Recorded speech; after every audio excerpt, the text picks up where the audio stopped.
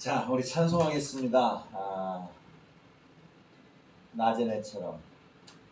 1023 여기서. 자, 다 외우세요? 아니, 그것만 외웠어요.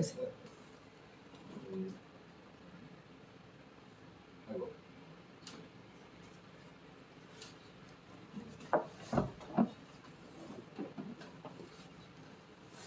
네, 찬송하겠습니다.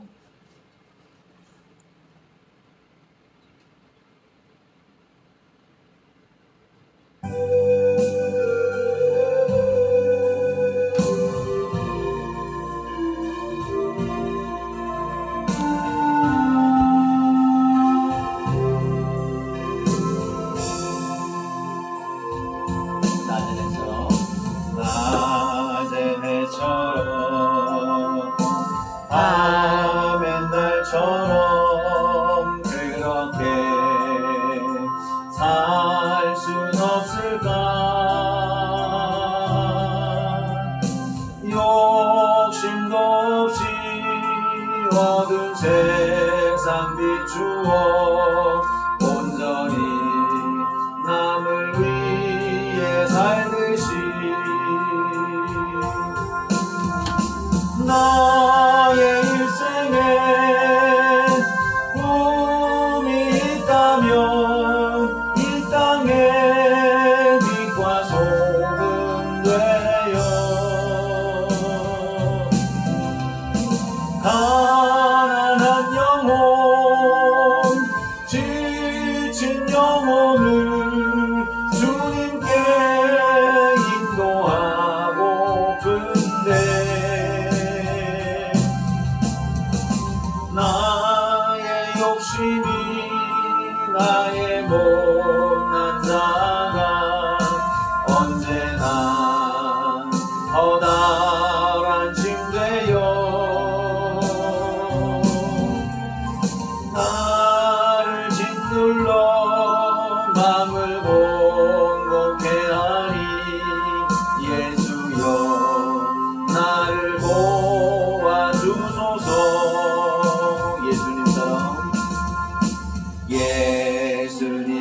예수님처럼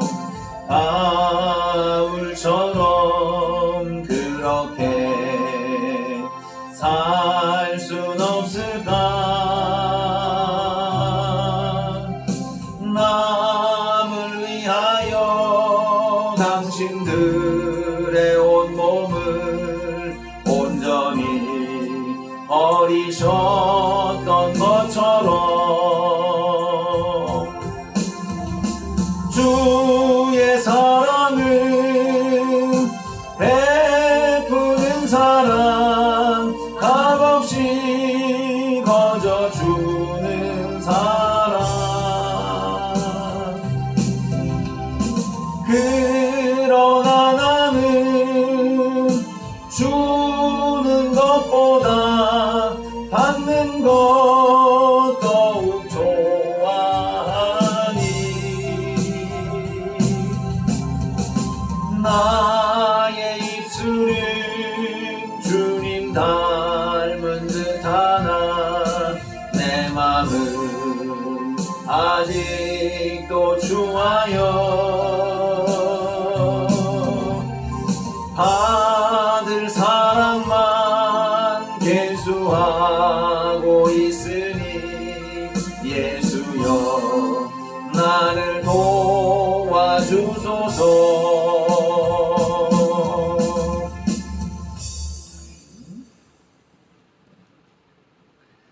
기도하겠습니다. 하나님, 저희들을 사랑하여 주셔서 가족 간 귀한 만남이 있는 명절을 허락하시고 기쁨 가운데 감사함으로 귀한 시간을 보내게 하여 주심을 감사합니다. 이 시간 또 우리가 주님의 부르심을 따라 준비된 주의 일꾼이 되길 소망하며 한자리에 모여 공부하는 또 시간을 갖게 하시니 감사합니다. 하나님, 우리의 마음에 뜨거운 열정을 더하여 주시고 하나님 사모하는 마음도 더하여 주시며 아버지 어둠으로 말미암은 기쁨도 있게 하여 주시고 공부를 통하여 지식과 지혜의 문이 활짝 열리는 은혜로운 역사, 더 나아가 말씀을 더욱 사모하게 되는 은혜를 주여 허락하여 주옵소서. 피곤치 아니하게 도와주시고 우리의 삶의 모든 형편을 돌보아 주셔서 공부함에 막힘이 없게 하시고 회방이 없게 하시고 유혹도 없게 하여 주시고 오직 주님만 바라고 달려갈 길 달려가는 우리가 되게 하여 주옵소서. 힘써 공부하게 하시고 열심히 하나님 열심을 품고 노력하여 하나님께서 이루시고자 하는 그 그릇됨에 더욱 가까이 나아가도록 우리를 붙들어 주옵소서. 예수님 이름으로 기도합니다. 아멘. 자, 출석 부릅니다. 자, 출석 부를 때에 성경을 읽었는지와 성경을 암송했는지 네, 읽고 외웠습니다 라고 대답하시면 됩니다. 아셨죠? 자, 뭐 영상으로 하시는 분들은 댓글로 강의 듣고 성경 읽고 외웠습니다. 여러분의 양심적으로 그렇게 대답해 주시기를 바랍니다. 강다영님, 읽는 거는요? 읽고, 예, 감사합니다. 읽고 외웠습니다. 심혜숙님, 예, 정인숙님, 김성길님, 신채리님, 신현종님, 이상미님, 김성성님, 이종숙님, 네, 읽고 배웠습니다. 읽고 외웠습니다. 최수빈님, 전길숙님, 자, 댓글로 읽고 외웠습니다 라고 달아주십시오. 우리는 숙제검사가 아주 자율적입니다. 양심적이에요. 그래서 여러분, 자, 댓글로 그렇게 달아줘야 외운 줄 알고 읽은 줄 압니다. 이번 강의 전까지는 여러분 개역 개정판을 읽으셨죠? 다음 시간까지는 2주 동안 읽으셔야 될 성경은 새번역 또는 현대어 성경 혹은 공동번역 혹은 우리말 성경 뭐 여러 가지 버전으로 우리가 이해하기 쉬운 성경으로 번역된 그런 성경을 읽고 오는 것입니다. 이렇게 뭐 요한복음은 크게 읽는 데 있어서 개역 개정판을 읽어도 무리가 없겠습니다만 그러나 또 우리가 새번역이라고 하는 번역이나 현대어 성경 등을 읽음을 통해서 우리가 개역 개정을 보면서 보지 못했던 포인트들을 또 발견할 수 있게 되고 조금 더 이해도를 높일 수 있는 그러한 귀한 시간이 될 거라고 생각을 합니다. 여러분 꼭 즐거운 마음으로 또 새로운 맛이 느껴질 거예요. 꼭 그렇게 읽기를 바랍니다. 자, 우리 뭐 수업하기 전에 요한복음 1장 1절 한번 외우고 시작할까요? 자, 외우셨죠? 자, 함께 있습니다. 시작. 태초에 말씀이 계시니라. 이 말씀이 하나님과 함께 계셨으니 이 말씀은 곧 하나님이시니라. 요한복음 1장 1절 말씀. 아주 중요한 선언입니다. 매우 중요한 선포고 선언이에요. 자, 우리가 지난 시간에 우리가 그 요한복음의 개요적인 부분들과 그리고 요한복음에 대한 뭐라 할까요? 구조에 대한 부분들을 간략하게 함께 나눴어요. 자, 그래서 이번 시간에는 여러분들에게 요한복음의 구조에 대한 새로운 도표를 드린다고 했는데 가만 생각해 보니까 너무 무리가 될 것 같아요. 뭐 위치라든가 이런 거 다 세분해서 알게 되면 외우게 되면 상당한 어떤 이제 두뇌에 무리가 생길 거라고 생각이 해서 그러지는 않고요. 여러분 교재에 나눠드렸던 마지막에 있었던 2페이지에 있는 구조 있죠. 그 가운데에서 하나는 뭐 가장 기본적인 큰 단락의 구조 하나만 외우고요. 우리가 주요하게 볼 수 있는 7가지 에고에이미 나는 무엇이다 라고 주님께서 계시하신 예수님에 대한 이해, 예수님에 대한 계시, 그리고 7가지 기적, 거기에 더해서 7가지 요한복음만 갖고 있는 독특한 기록이 있습니다. 그것이 기적과 더불어서 12가지가 돼요.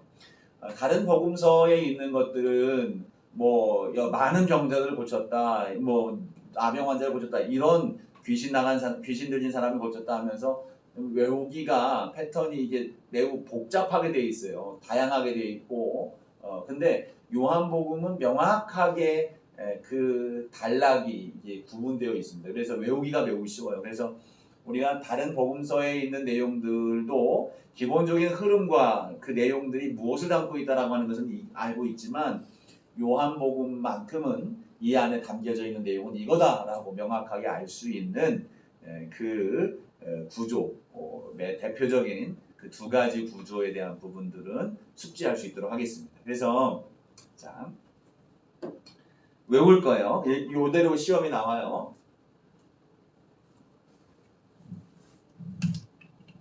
자 지난 시간 거 여러분 구조를 생각해 보시면 서막이 있었죠. 서막은 1장 1절부터 18절까지였죠. 여러분 아직은 안 외우셨죠? 네. 요거 이렇게 외우셔야 됩니다. 그리고 그 다음에 서막 이후에 1장 19절부터 그냥 1장부터라고 할게요. 12장까지 이걸 뭐라고 그랬습니까? 표적의 책이라고 그랬죠? 네. 글씨를 너무 못 써서.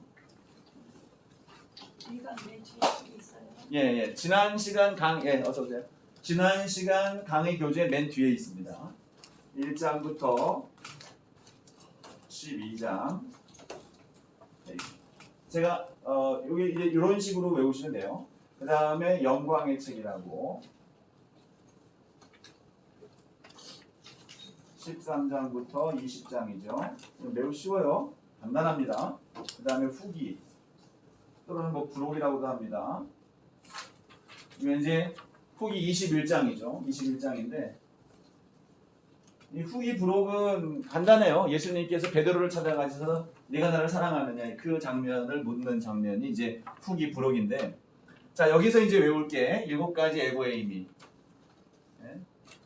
나는 쉽게 무엇이다.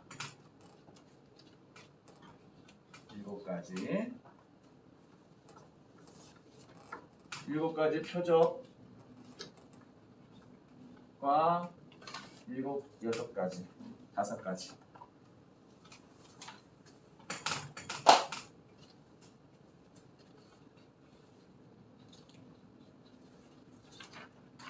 자 요렇게만 외우는 거예요. 7가지 나는 무엇이다. 에고의 의미 7가지 하고 7가지 표적과 거기에 더해서 5가지 특수한 요한복음이 갖고 있는 기록이에요. 이렇게 외울 거예요. 자, 나는 무엇이다 할 때 뭐라고 돼 있어요? 여러분 뭐 컨닝하도 되고요. 나는 첫 번째 생명의 떡이다. 두 번째 생명의 빛. 저도 외웠어요. 여러분도 외울 수 있습니다. 그 다음에 양의 문이다. 그죠? 양의 문. 네 번째 선한 목자.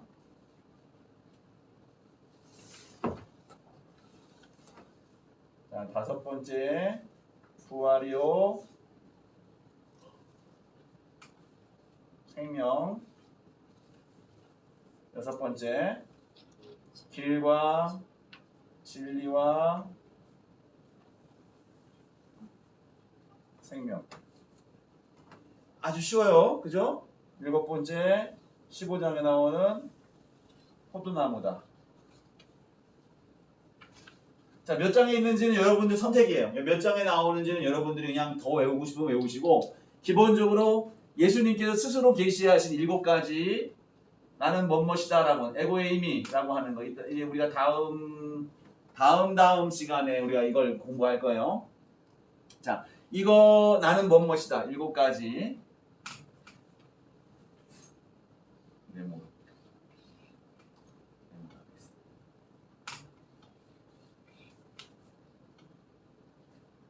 5가지 특수. 자, 7가지 표적은 뭐가 있어요? 7가지 표적. 자, 여러분 기억나세요? 떠올려 보세요. 여러분들이 알고 있는 요한복음의 기억들을 한번 더 살려보시면 먼저는 가나 혼인잔치에서 표적이죠. 그 다음에 왕 신하의 아들을 고쳐주셨어요. 그 다음에 베데스다 연못가에 38년 된 병자를 고쳐주셨습니다. 그 다음에 뭐예요? 컨닝 하셔도 돼요. 여기 있어요. 여기. 맨 뒤에 2번째. 맨 끝에 여기. 네. 첫 번째. 자, 7가지 기적. 자, 뭐가 있어요?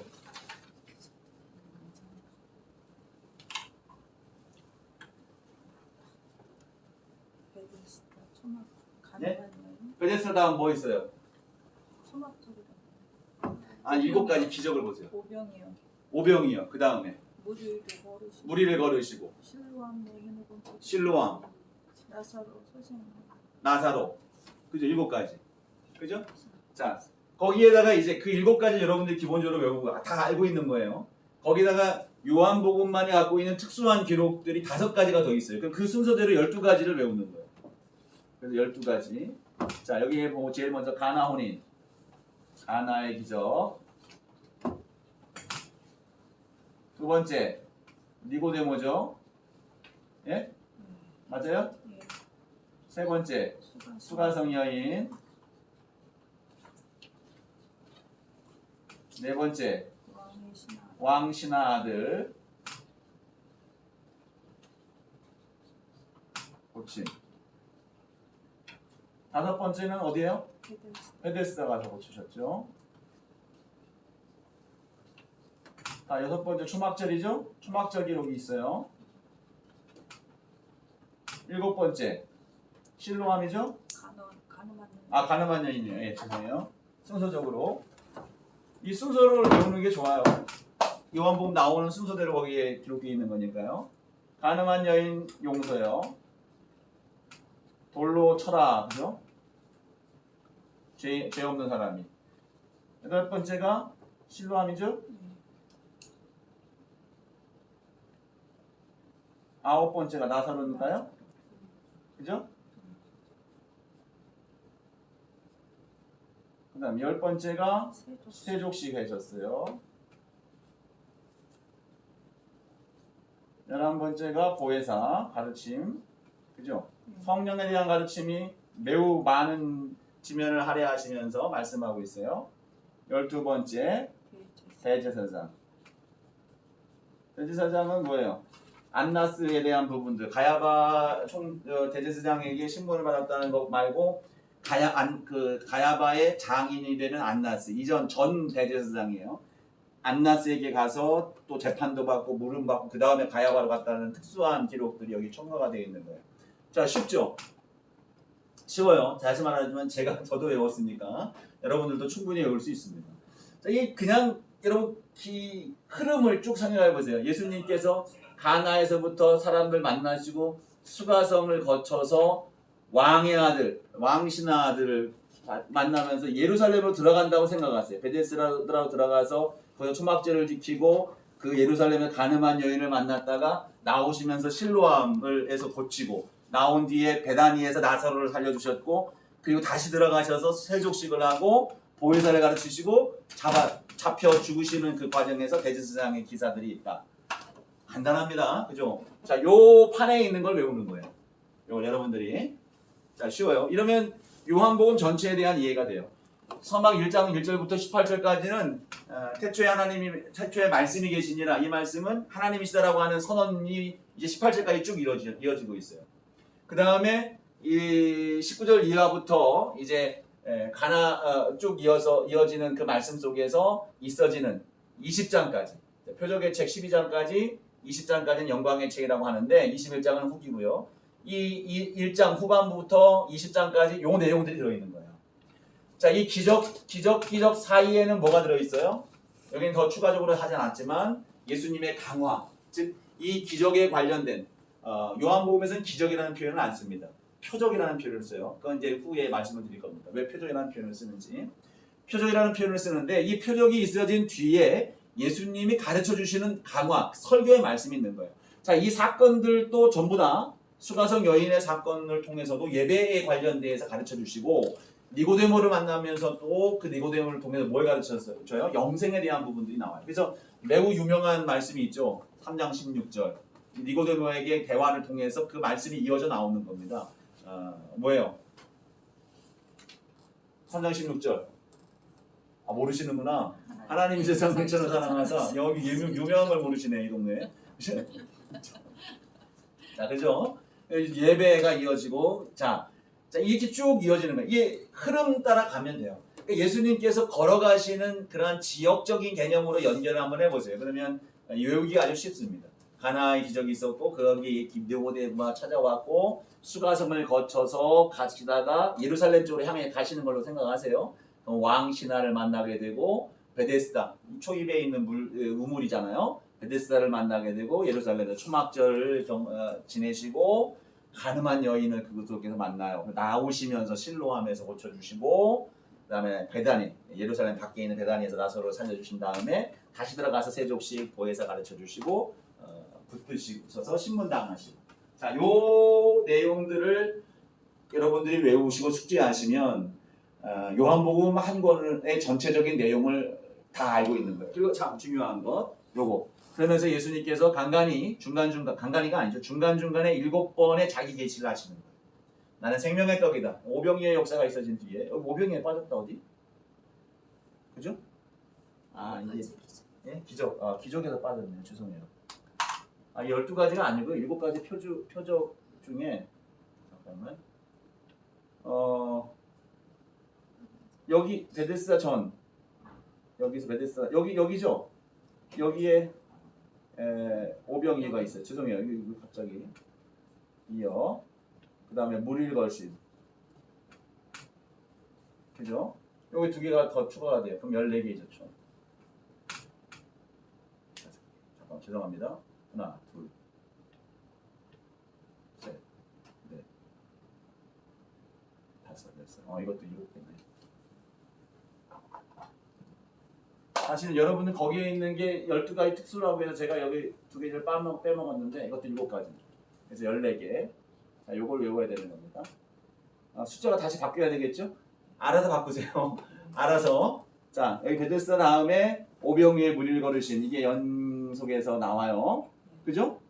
베데스다 다음이죠. 오병이어가. 그죠? 네, 그렇게. 사실 이게 6번, 7번, 이게 8번부터 쭉 가야 되는 거죠. 8번, 9번, 10번, 11, 12, 13, 14. 이게 5, 6, 7번. 아유 지저분하다 그죠? 자 이렇게 어렵지 않아요.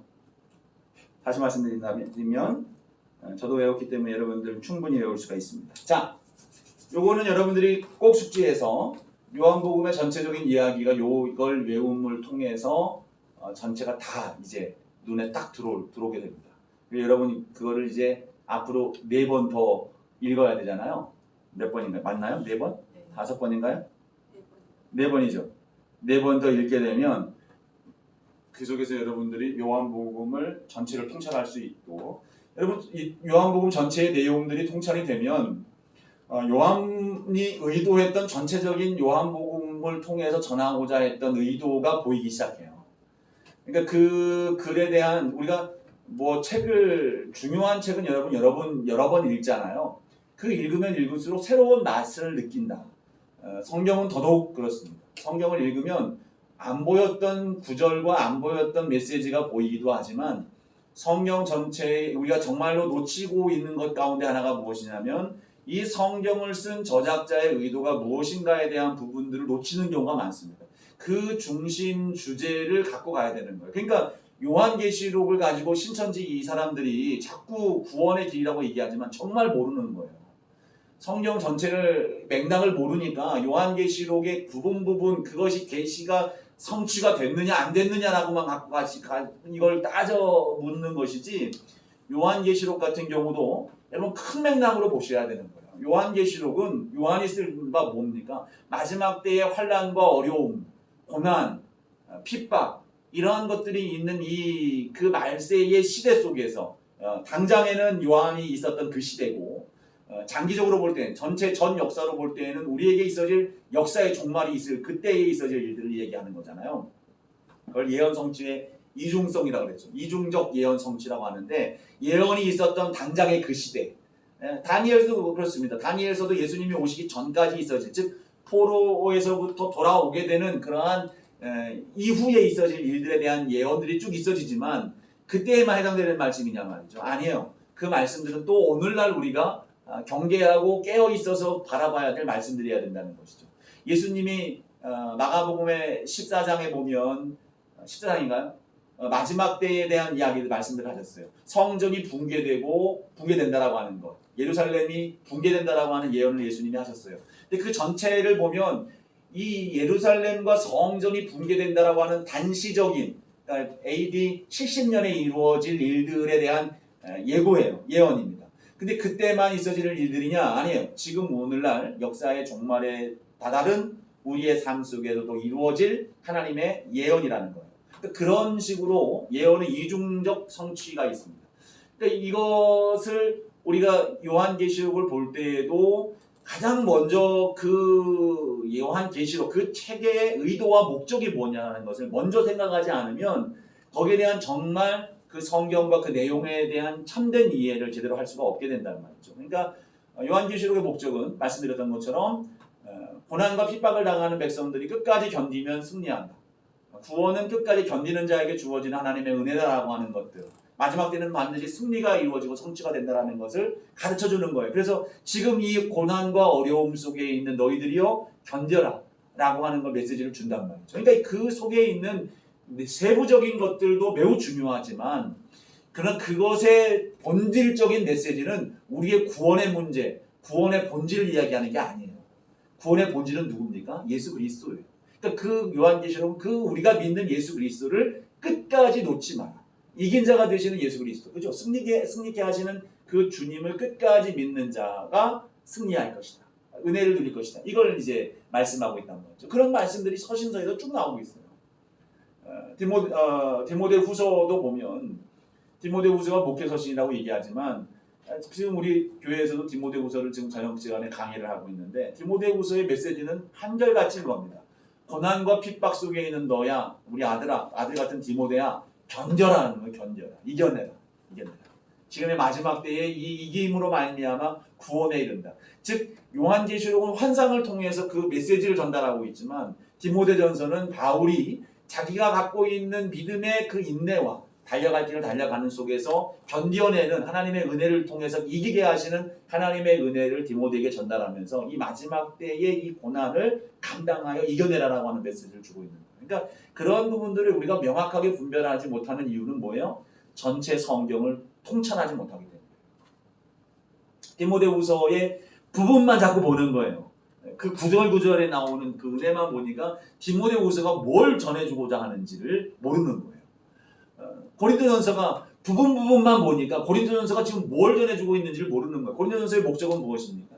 사랑이 없는 이 고린도 교회, 사랑이 없이 은사제일주의, 즉 믿음 속에서 나타났던 성령의 은사를 행하는 것이 제일이다라고 하면서 자기를 자랑하고 교만히 행하는 이 고린도 교회들의 인식을 바꿔주는 거예요. 뭘로 바꿔줍니까? 그건 은사를 알려주기 위한 책이 아니에요. 고린도전서는 너희들에게 정말 중요한 가치가 있는데 그건 뭐냐? 사랑이다라는 거예요. 처음 1장부터 나오는 게 뭡니까? 예수님의 십자가를 얘기하잖아요. 세상 사람들은 미련하다고 하지만 그 하나님의 지혜다. 그 지혜의 본질은 뭐냐? 사랑이야 라고 하는 것들을 여러 가지 고린도 교회에 있는 문제들을 이야기하면서 결국 거기로 결론을 맺고 있는 거예요. 그러니까 그러한 맥락을 우리가 먼저 알아야 그 세부적인 것들이 또 다른 은혜가 되는 거예요. 그러니까 우리가 그 말씀을 전체를 다 알아야 100% 이해를 할 수 있고 오히려 그 말씀 속에서 더 주시고자 하는 하나님의 은혜가 풍성해진단 말이에요. 근데 우리는 전체를 통찰하지 아니하고 자꾸 부분만 보려고 하는 거예요. 내가 붙잡고 싶은 말씀, 내가 은혜 받았던 말씀만 자꾸 붙으니까 그 말씀의 전체적인 맥락과 메시지의 핵심적인 부분들을 놓치고 있는 거예요. 그래서 요한복음을 자꾸 여러분 이 구조를 외워라. 이 시간 아니면 여러분 외우겠습니까? 여러분 저하고 같이 예를 들어서 마태복음 공부 안 했는데 여러분 마태복음을 스스로 외우리는 만무하잖아요.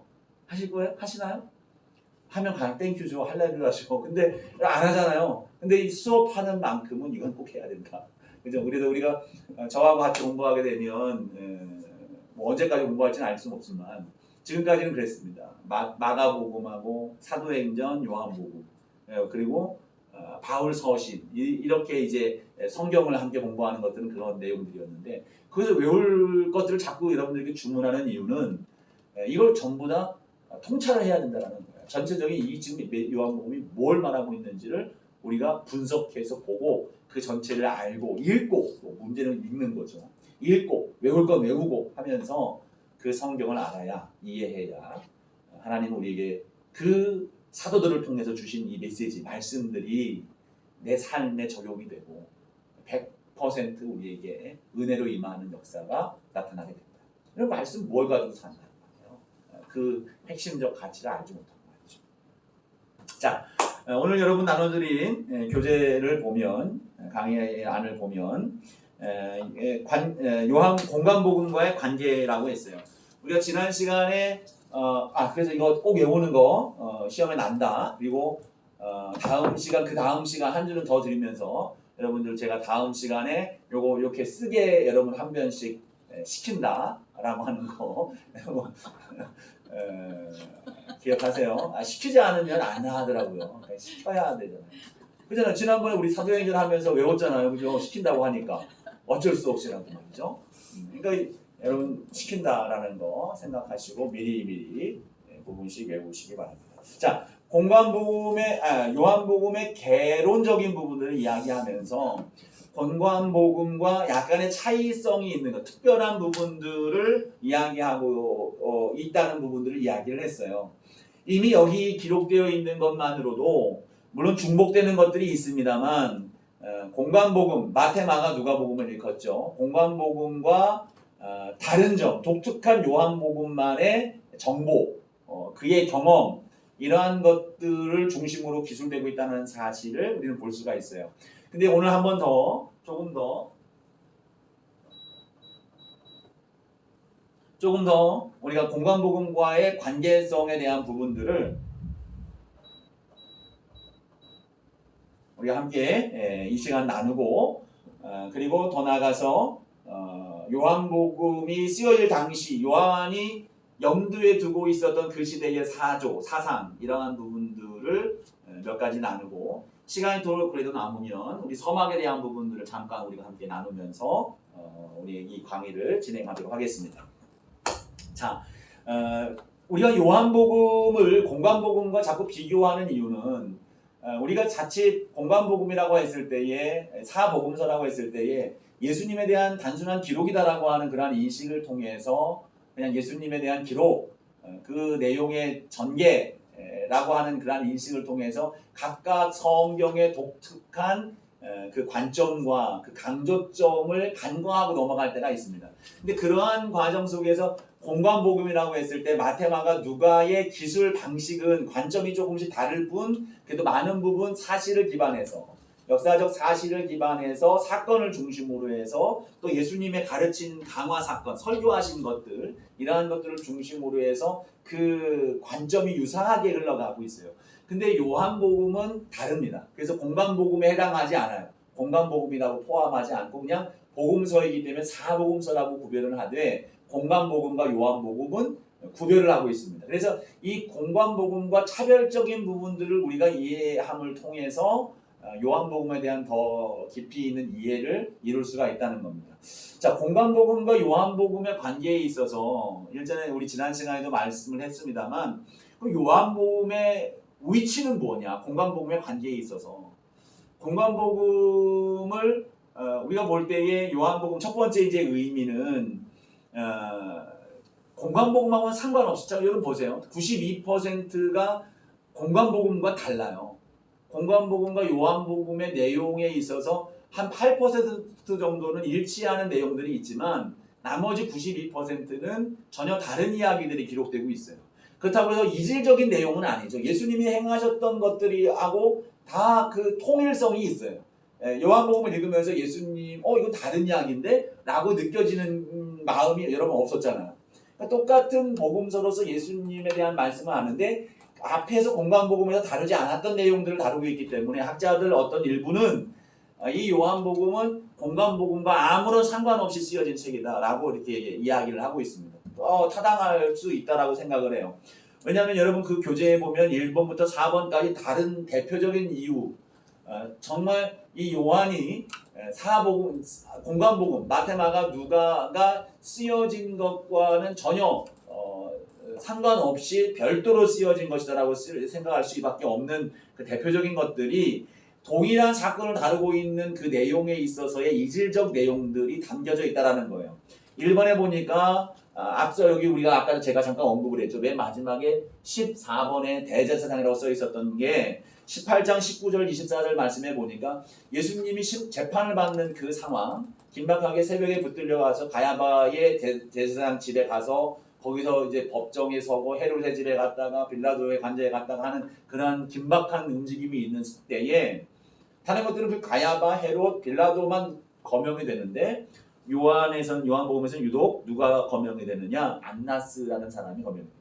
안나스. 그러니까 앞서 말씀드렸던 것처럼 가야바의 장인이에요. 그러니까 앞전에 있었던 전직 대제사장입니다. 그래서 그 사람 앞에 서서 재판을 먼저 받아요. 그 사람한테 신문을 먼저 받습니다. 그리고 안나스가 그의 상황 속에서 다시 가야바에게 내보내는 그런 장면이 이제 기록이 되어 있습니다. 이거 보니까 전혀 상관없는 그런 정보와 내용들을 통해서 쓰고 있다라고 하는 거죠.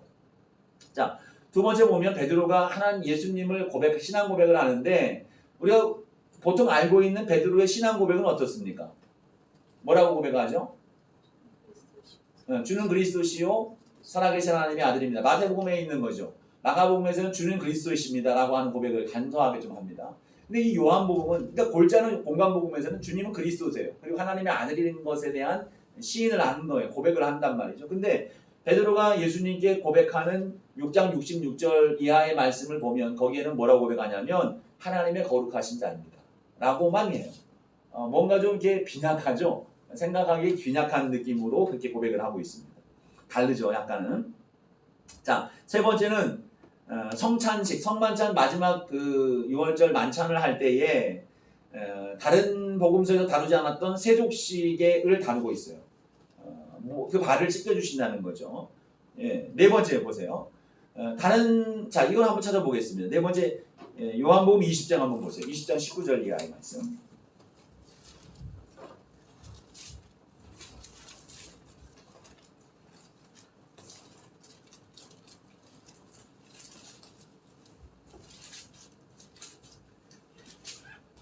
요한복음 19장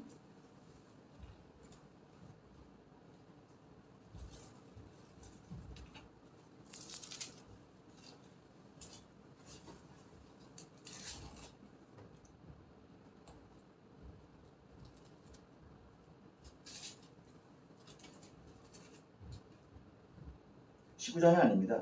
20장이에요. 20장. 네. 죄송해요. 여기 써있네. 20장이요. 예, 저는 지금 19장에서 한참 찾고 있었어요. 이게 뭐가 왜 잘못되지 이러면서. 자, 20장 19절입니다. 20장 19절 예수님이 나타나셨죠? 예수님이 나타나신 뒤에 맨 마지막에 22절 보세요. 22절. 함께 봅니다. 시작. 이 말씀을 하시고 그들을 향하사 숨을 내쉬며 이르시되 성령을 받으라. 그죠? 예. 자, 예수님이 평강을 선언하시면서 예수님께서 지자들과의 대화 속에서 성령을 받으라. 자, 뭔 차이입니까? 마태복음에서는 어떻게 말씀하셨어요?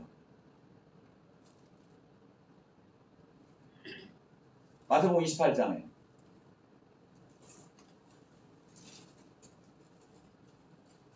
자, 사도행전 1장도 보세요. 쉽게 사도행전 1장 바로 뒤에 1장 8절. 자, 오직 성령이 너희에게 임하시면 이라고 했죠.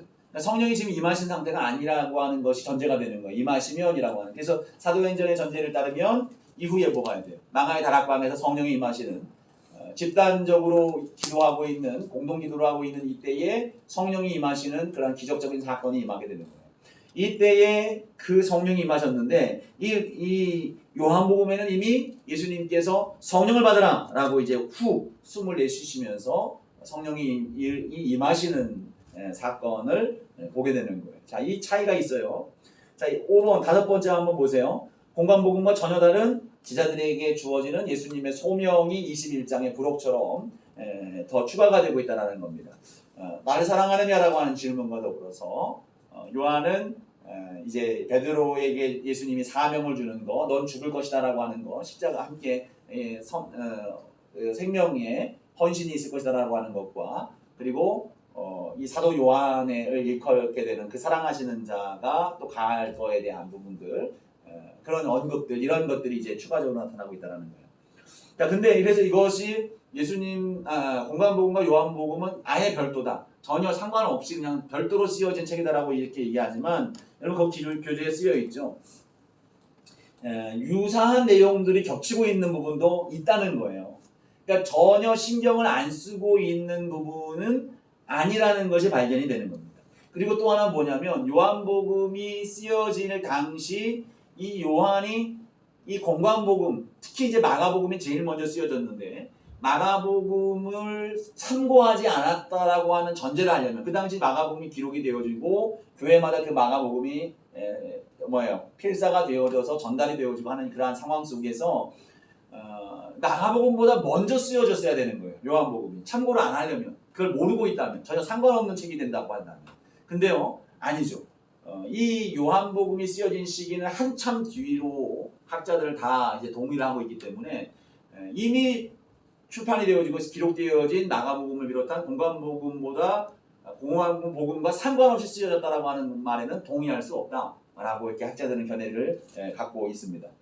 자, 어떤 말씀인지 이해가 되시죠? 그러니까 이거는 매우 중요한 것이 여러분 이 성경이 어떤 것을 참고하고 어떤 관계성 가운데 있느냐, 그러니까 이 요한복음의 성격을 규정하는 거예요. 마태복음, 마가복음, 마태와 누가가 마가복음을 참고하여 썼다라는 것은 여러분 우리가 많이 알고 있는 학문적 이론인데 이를 통해서 뭘 알아요? 마태복음이 왜 쓰여졌는지, 마가복음이 있음에도 불구하고 왜 쓰여졌는지에 대한 이해를 할 수 있게 되는 거예요. 그죠? 그 마가복음의 기초적인 뼈대 위에다 마가복음은 로마 교인들을 중심으로 한 이방인 중심으로 위에서 쓰여졌다고 한다면 마태복음은 무엇입니까? 바로 유대인들을 중심으로 해서 그들에게 더 적절하게 복음을 전할 수 있는 방식과 언어와 사고와 문화를 통해서 그 복음서가 새롭게 쓰여지는 거예요. 그러니까 그러한 것들을 통해서 그 복음서의 정체성을 더 명확하게 이해할 수가 있게 되는 겁니다. 이 요한복음은 그렇다는 거죠. 그 다음 두 번째 견해는 뭐냐면 공관복음을 해석하고 있다는 거예요. 해설서다라고 하는 의미죠. 해설서라고 하기에도 문제가 조금 있는 것이 무엇이냐면 해설서라고 한다면 공관복음과 요한복음이 일치하는 요소, 겹치는 요소가 좀 많아야 될 거예요. 그죠? 근데 겹치지 않아요. 요한복음에서 기록하고 있는 기적과 그런 행위들, 사건들은 아주 이 요한복음의 별도와 같은 그런 다른 거예요. 근데 문제가 아니죠. 그런데 그 속에서 고치시는 기적과 오병이어의 기사와 이런 것들의 사건은 겹치기 때문에 거기에 대한 설명처럼 느껴지지만 그냥 그것으로 이야기에는 너무 중복적인 것들이 없다라고 하는 것, 그렇게 얘기드리고 있습니다. 세 번째로는 공관복음을 대체하기 위해서 기록됐다. 이건 뭐 지지받지 못하고 있는 요소인데요. 대체한다고 한다는 것은 뭘 의미할까요? 부족하다는 거죠. 공관복음 자체 마태마가 누가복음이 부족하다. 그래서 부족한 것들을 보완하기 위해서 요한복음이 그걸 썼다. 근데 한편으로 생각할 때 그랬나? 라고 생각할 수 있어요. 왜냐하면 말씀이 계속 반복적으로 나오지만 요한복음은 공관복음이 다루지 않고 있는 내용들을 다루는 경우가 많기 때문에 그렇습니다. 근데 그것이 또 말이 안 되는 이유는 대체한다는 것은 앞선 것이 부족하다는 것인데 초대교회는 이 말씀으로도 충분한 은혜를 누리고 있었단 말이죠. 충분했어요. 지금 우리도 이 복음서로도 충분합니다. 물론 관점이 다른 또 다른 말씀들이 우리에게 주어지기 때문에 그것이 완성된 복음으로서 예수 그리스도를 우리가 보게 되는데 이러한 것들이 부족하다면 대체제라면 지금 우리가 갖고 있는 성경에는 마태마가 누가 중 뭔가 하나는 빠졌어야 되고 요한복음이 가장 권위 있는 책으로 우뚝 서 있을 거예요. 근데 그런 상황은 결코 아니다. 네 번째가 제일 지지를 받아요. 네 번째 견해가 가장 확실한 견해인데 요한복음이 공관복음을 보충한다는 거예요. 대체가 아니라 보충하는 이 맥락 어떤 뉘앙스는 유사할 수는 있겠지만 전혀 다른 거예요. 앞에 것들을 부정한 것들은 대체라고 할 수 있지만 보충은 무엇입니까? 그래 내가 갖고 있는 지식과 나의 경험과 내가 갖고 있는 영적인 그런 은혜를 통해서 이걸 더 완성시켜야 되겠다. 더 좋게 만들어야 되겠다라고 하는 그러한 목적으로 이 성경이 쓰여지고 있는 거예요. 자 그러니까 공관복음에서 다루지 않았던 사건들이 기록이 되는 거예요. 공관복음에서 말씀하시지 않은 예수님의 강화, 특히 마태복음에 보면 누가복음도 많이 나오죠. 누가복음에는 비유가 많이 나와요. 그죠? 마태복음에는 산상수훈이라고 해서 마태복음 4장부터 쭉 나오는 말씀들이 나온단 말이죠. 그 말씀들에서 다루고 있지 않은 내용들을 이 요한은 쓰고 있는 거예요. 그래서 지난 시간에도 얘기했던 것처럼 요한은 이런 정보들이 참 많았을 거예요. 왜냐하면 예수님과 늘 언제나 함께 다녔기 때문에 그렇습니다. 마가복음이 지지를 받는 이유가 무엇입니까? 마가복음은 마가라고 하는 위인은 12명의 제자가 아니잖아요. 근데 12명의 제자가 아닌 마가라는 사람이 제일 먼저 이 마가복음이 쓰였다고 해서 지지를 받고 있느냐? 그건 아닙니다. 물론 뭐 제일 먼저 쓰여기도 했으니까 지지를 받는 것도 있긴 하겠습니다만 그보다 더 지지를 받는 이유는 베드로의 기록이라는 거예요. 베드로와 함께 사역을 했던 마가, 베드로의 언어 통역도 했고 문건도 번역하면서 썼던 이 마가가 베드로의 기록과 증언과 설교를 토대로 해서 마가복음을 썼다는 거예요. 그래서 그 마가복음의 어떤 권위가 인정이 되는 거예요. 베드로와 야고보와 요한이 예수님과 늘 언제나 함께 다녔잖아요. 예수님은 늘 언제 기도할 때 또 변화산으로 올라가실 때 이 세 제자를 늘 언제나 대동하며 다니셨어요. 그러니까 예수님이 말씀하셨던 그 내용들 그리고 언제나 예수님의 말씀에 귀를 기울였던 예수님의 사랑하시는 자라고 하는 그런 표현들 속에서 요한은 늘 예수님의 말씀에 귀를 기울였던 사람이라고 추론이 됩니다. 그러니까 그러한 것들의 정보가 다른 제자에 비해서 더 많았겠다라고 우리가 생각할 수 있는 겁니다. 자, 그렇기 때문에 불필요한 중복은 피해가면서 자기 이 공관복음에서 다루지 않았던 내용들을 더 추가하면서 이 요한복음을 통하여 예수 그리스도에 대한 내용들을 더 강하게 보완시켜 나가는 그러한 목적을 가지고 사도 요한이 이 기록을 썼겠다. 그래서 종합적으로 보면 사실 근데요, 여러분 우리는 그때 요한의 상태를 몰라요. 요한을 소환해서 요한 선생님 왜 썼어요? 라고 물어보거나 하지 않으면 근데 이제 가장 명확한 증언은 20장에 나와 있잖아요. 이걸 통해서 예수 그리스도를 믿게 하고 이 믿음으로 말미암아 구원에 이르게 하고자 하는 목적은 분명합니다. 그러니까 이러한 것들은 정확하게 우리가 그 이후에 나머지의 세부적인 동기부여에 대한 부분들은 우리가 알 수 없는 상황이기 때문에 우리는 무엇이다, 이건 이거다라고 단정할 수는 없습니다. 다만 그러한 견해들을 종합적으로 이럴 수는 있겠구나, 이런 상황이었겠구나라고 종합적으로 이해를 하는 것이 매우 중요하다. 자, 그래서 여러분 교재에도 써 있습니다만 클레멘트라고 하는 교부 중 매우 또 중요한 증언들과 또 초대교회에 사역을 했던 이 클레멘트는 뭐라고 얘기했냐면 따옴표로 한번 보세요. 최후로 요한은 육적인 것에 대한 사실들이 복음서에 명백하게 기록되어 있는 것을 알고 그의 동료들의 강권에 따라 영적인 복음서를 집성했다.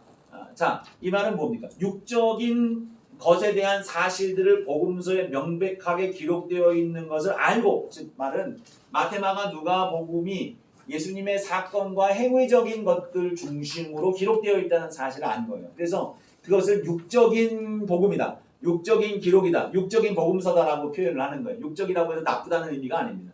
여러분 육적인 것은 나쁘지 않아요. 여러분 오해하지 마십시오. 육적이라는 표현 속에서 육을 추구하고 육을 지향하는 우리의 죄악적 본성을 나쁘다고 하는 거예요. 육신적인 것들을 우리는 나쁘다고 하지 않아요. 왜냐하면 육신적인 것도, 육신도 하나님의 피조물입니다. 하나님이 창조하신 것이기 때문에 육적인 것 자체가 문제가 아닙니다. 육적인 쾌락과 나의 만족을 지향하는 나의 죄적인 본성이 문제가 되는 거예요. 자, 그래서 공관복음은 육적인 복음서다. 사건과 행위에 대한 것들을 기록하고 있다면 요한복음은 뭐예요? 영적인 복음서다. 즉 예수님의 말씀과 강화 그리고 그 말씀의 의미가 무엇인지를 좀 더 신학적으로 밝혀내는 그러한 의도로서 써내려갔다. 그러니까 이 명확한 요한복음을 보면 서막에서부터 요한이 쓰고자 하는, 전하고자 하는 메시지는 명확합니다. 예수님은 그리스도시다. 예수님은 하나님이시다. 명확한 전제. 물론 이 다른 복음서, 공관복음서에서도 당연히 있어야 있는 내용들이지만 요한복음은 그러한 의도를 명확하게 갖고 처음부터 그렇게 선포로부터 시작하는 거예요. 선언이에요, 선언.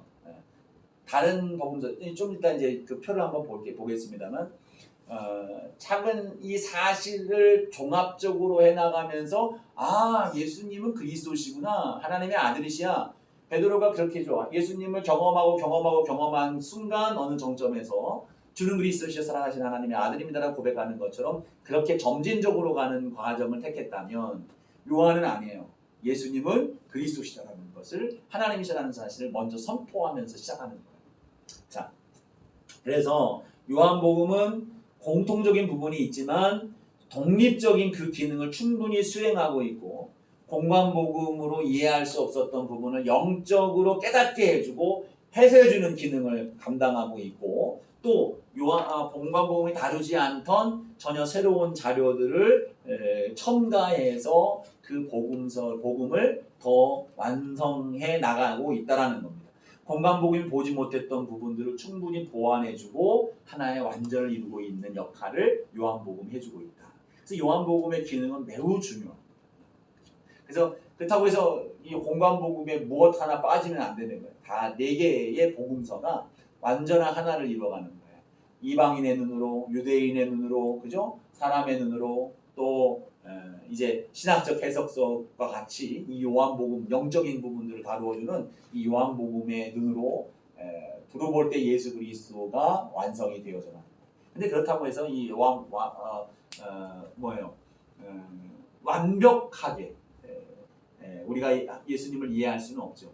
이 복음서, 하나님의 말씀으로 주신 이 성경은 완전하지만 우리 인간의 이성과 지혜가 한계가 있는 거예요. 요거에서 볼 수 있는. 그러니까 여전히 그래도 우리의 한계 때문에 부족한 완전한 100% 하나님과 예수님을 다 이해할 수는 없지만, 그러나 우리가 이해할 수 있는 최대한의 은혜를, 또 깨달음을, 지식과 지혜를 이 복음서를 통해서 우리에게 주시고 계시다라는 것을 말하고 있습니다. 그래서 복음서의 사복음서, 요한복음을 통해서 완성된 복음의 하나됨을 보게 되는 겁니다.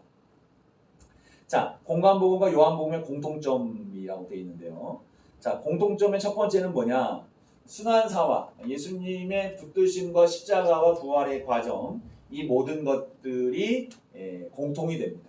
제자들과 예수님이 이별을 하게 되고 체포를 당하게 되고 종교기관들과 그 지도자들 앞에서 재판을 받고 또 처형을 당하고 당하고 부활하시면서 하시는 그 내용들, 과정들이 사복음서, 공관복음과 요한복음에게 두루 공이 나타나는 그러한 구조고 내용이다라는 겁니다. 근데 누가복음하고 요한복음 여러분 가로쳐놓고 거기에 써 있죠. 예외로 누가복음과 요한복음의 차이점과 독특성이 있어요. 자, 누가복음 22장에 나와 있는 건데요. 요한복음은 18장에 나와 있어요. 요한복음 18장에 나와 있는 이 재판받는 과정에서의 독특성은 계속 반복적으로 얘기됐어요. 뭐예요? 뭐가 차이가 있습니까? 공관복음과 차이는 안나스 제사장에게 가서 신문을 받는 그 과정이 있다는 거예요. 그러면 누가복음 22장에 나오는 이 재판 과정에서의 차이는 뭘까요? 순환사화수의 차이점, 누가복음이 갖고 있는 22장 한번 보세요. 눈으로 쭉 한번 훑어보십시오. 누가복음 22장.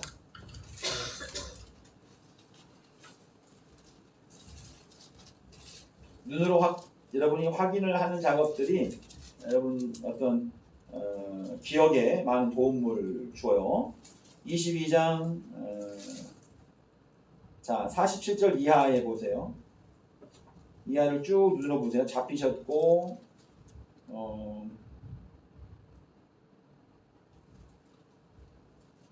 자 54절 자 다음 63절 이하 잡히신 다음에 63절 이하에 쭉 나와요.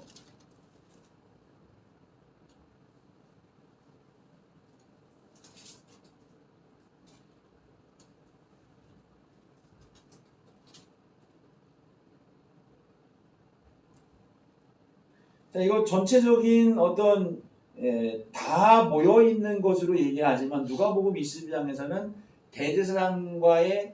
대제사장만의 신문이 나타나지 않아요. 그러니까 여기서는 이제 모든 사람들이 다 모여서 장로 공회 앞에 서 있을 때의 예수님의 모습은 나오지만 대제사장 앞에 서 있는 예수님의 모습은 기록되지 않고 있다. 누가복음의 특징입니다. 그러니까 그 차이점이 독특한 부분들이 있다라고 하는, 그러나 전체적인 맥락에서는 동일한 내용들을 기록하고 있다라는 겁니다. 자, 두 번째 복음과 요한복음의 공통점, 유사점은 뭐냐? 마가복음에 기록된 예수님의 사역의 순서와 기본적인 구조의 유사점을 보이고 있다. 여러분 밑에 표가 있죠? 마태복음, 누가복음도 마가복음의 흐름을 차용을 합니다. 기본적인 토대가 되어 있었어요. 마찬가지로 요한복음도 사실은 마가복음의 기본적인 흐름에 동의를 하면서 거기에 같이 흘러가고 있어요. 보완을 하고 자신의 어떤 개인적 정보와 내용들을 갖고 있지만, 메시지들이 있지만 전체적인 흐름과 구조는 있어서는 마가복음과 그 맥락을 같이 하고 있다는 겁니다. 자, 보세요. 여기 세례 요한의 설교, 마가복음하고 요한복음의 위치를 보십시오. 물론 이제 성전을 정결하게 하시는 사건은 좀 차이가 있긴 합니다만, 자, 세례 요한의 설교, 그리고 갈릴리로 이동하시는 장면, 무리를 먹이시고 무리를 걷고 베드로의 고백이 있고 예루살렘을 향한 출발이 있고 입성과 기름 부음. 자, 여기서 7번 보세요. 7번 가로 반가로 예루살렘 입성과 기름 부음은 요한복음에서는 바뀌어 있어요. 예루살렘 입성보다 기름 부으시는 것이 먼저예요. 근데 이것은 뭐 차이라기보다도 어떤 설명하고 기록하는 내용에 있어서의 첨삭의 차이라고 보시면 돼요. 예수님도 이 여인이 마리아가 요한복음에는 마리아라고 밝히고 있고 시몬 나사로의 이제 동생인데요. 다른 공간복음에서는 예루살렘에 들어가셨다가 다시 베다니로 나오신 뒤에 있었던 일들이에요. 근데 이제 요한복음에는 먼저 들어가셨다 나온 과정이 없고 그냥 그 베다니 예루살렘 그 접경에 있는 베다니 마을에서 있었던 일들, 그 다음에 이제 예루살렘으로 들어가는 장면으로 순서만 바뀌었지만, 그러나 전체적인 시간적 흐름 속에서 나타나는 일들은, 사건들은 동일한 구조를 찾아가고 있다. 최후의 만찬, 그리고 예수님의 순환사와 순환의 기록들, 이러한 것들이 마가복음의 흐름과 같은 맥락을 갖고 있다는 거예요. 자, 그리고 또 하나 공간복음과 요한복음에서의 유사점은 뭐냐? 그러니까 그 치료되는 과정에서 병든 당사자가 오지 않았음에도 고쳐받는 사건들은 공통되게 기록되고 있다. 이 사건은 좀 특별한 일들이지만 좀 다른 차원을 갖고 있지만 그런 사건들에 대해서 예수님이 갖고 계시는 인식의 중요성이에요. 그 부모, 대부분 부모예요. 백부장의 아들이 마태복음에 나오고 있어요. 마가복음에는 수로보니게 여인의 딸이 치료받아요. 그리고 요한복음에는 왕의 신하들이 치료를 받습니다. 다 그 병자가 같이 오지 않았어요. 집에 있어요. 그 아버지나 어머니만 나왔고 예수님께 치료를 부탁했고 예수님은 멀리 있는 그 한 현장에 있지 아니한 그 자녀들을 고쳐주시는 일들이 나오고 있어요. 사건이 그 등장인물과 내용은 다르지만 그러나 그 구조, 즉 자녀를 집에 두고 병든 자녀를 위해서 예수님께 도움을 요청하며 나온 부모의 내용들, 그러한 기사들, 이러한 것들은 공이 유사점을 갖고 있다는 겁니다. 자, 예수님의 말씀의 병행구라는 것은 표현의 일치입니다. 헬라어적 표현이 일치되고 있는 표현들을 이야기하고 있는데 이것은 유사점이죠. 참고하고 있지 않으면 동일한 표현을 쓰기가 쉽지는 않아요. 그런 내용들. 요한복음 12장 25절과 마태복음 10장 39절, 또 요한복음 13장 20절과 마태복음 10장 40절. 요 부분들 쉽지 않겠습니다. 요러한 내용들 여러분 집에 가서 한번 찾아보세요. 표현적으로 일치한 표현을 찾아볼까요? 하나만. 요한복음 12장 25절. 자, 요한복음 12장 25절과 10장 마태복음 10장 39절. 우리 지비수님은 마태복음 10장 39절 찾아주시고요. 강다영님이 요한복음 12장 25절.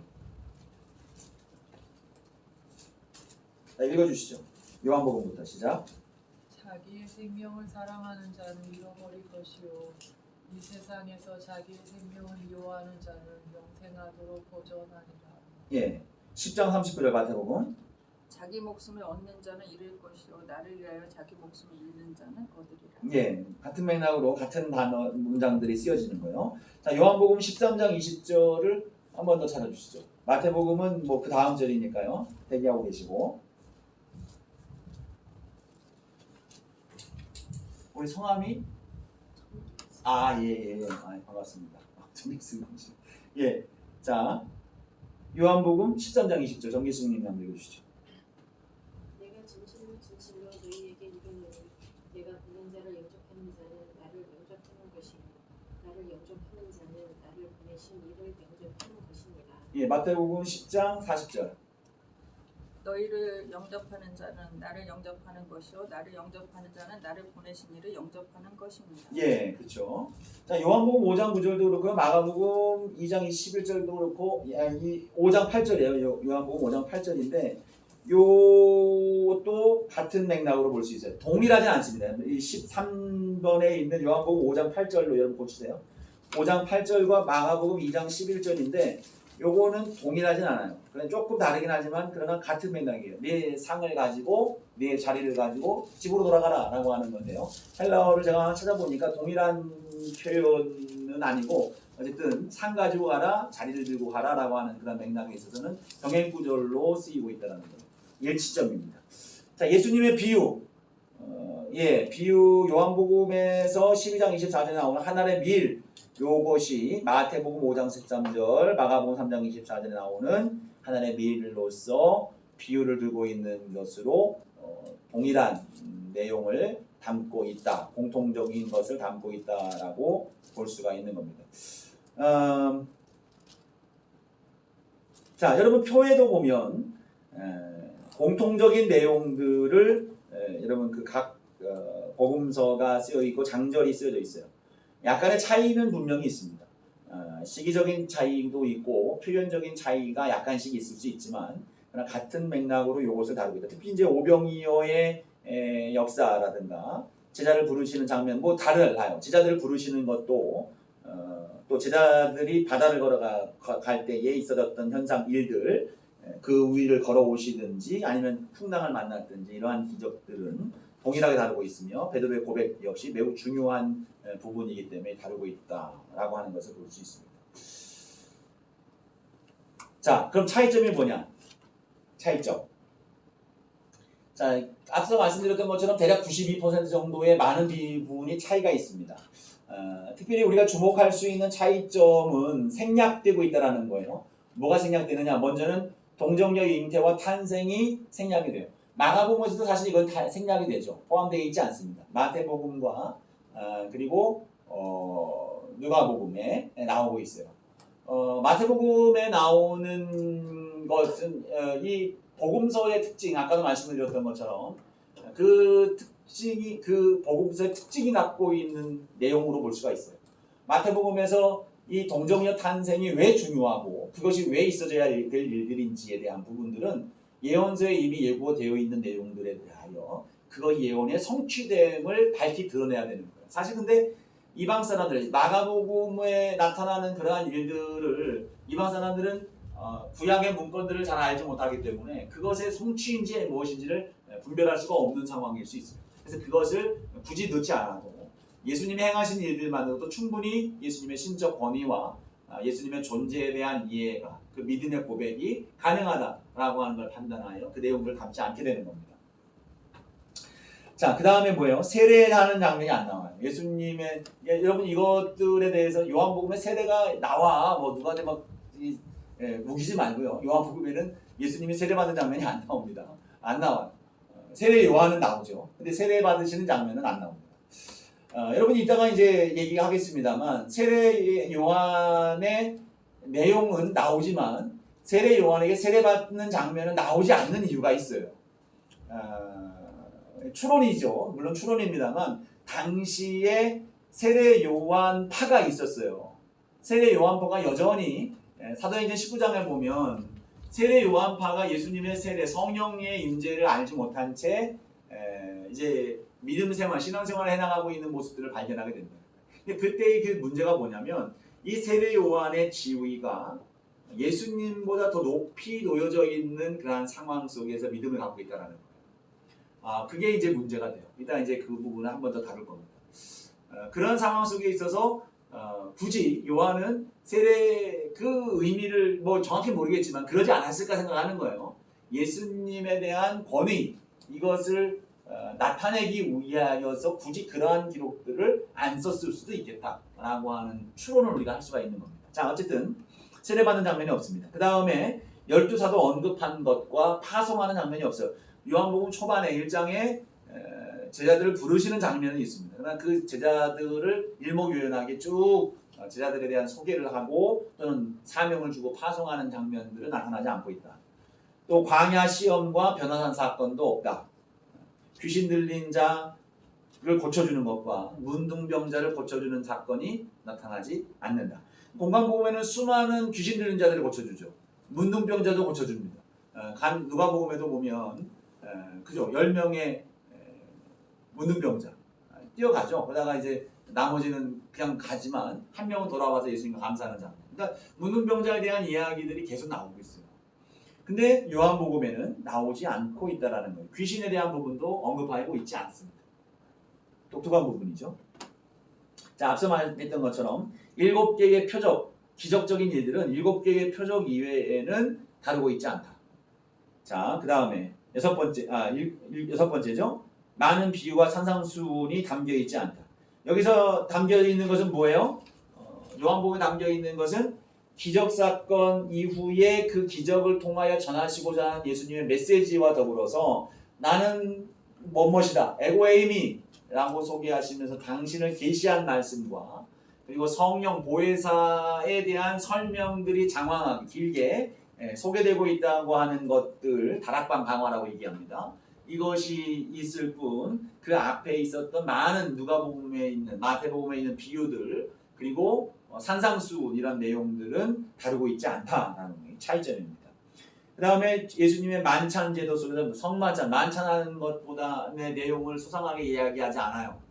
떡과 피 이걸 얘기하지 않고 세족, 발을 씻겨주시는 장면들을 중점으로 전하고 있다는 거예요. 8번째 보세요. 겟세마네에서 예수님이 기도할 때 어떤 기도를 합니까? 땀방울이 핏방울 기도로 기도하시고 심히 괴로워서 기도하는 장면이 있잖아요. 근데 요한복음에서 그걸 다루지 않습니다. 왜 안 다룰까요? 굳이 요한이 전하고자 하는 메시지의 방향과 방향이 부합되지 않을 수 있다라고 하는 판단이었을 거라고 생각을 해요. 부르짖고 버림받아서 부르짖는 모습들, 십자가에서 고통스러워하는 장면들은 담겨 있지 않습니다. 그 승천에 대한 기록이 없어요. 자, 이런 차이들이 있어요. 자, 이러한 것들은 어쨌든 반복해서 요한이 기록할 필요가 없기 때문에 안 쓴 것.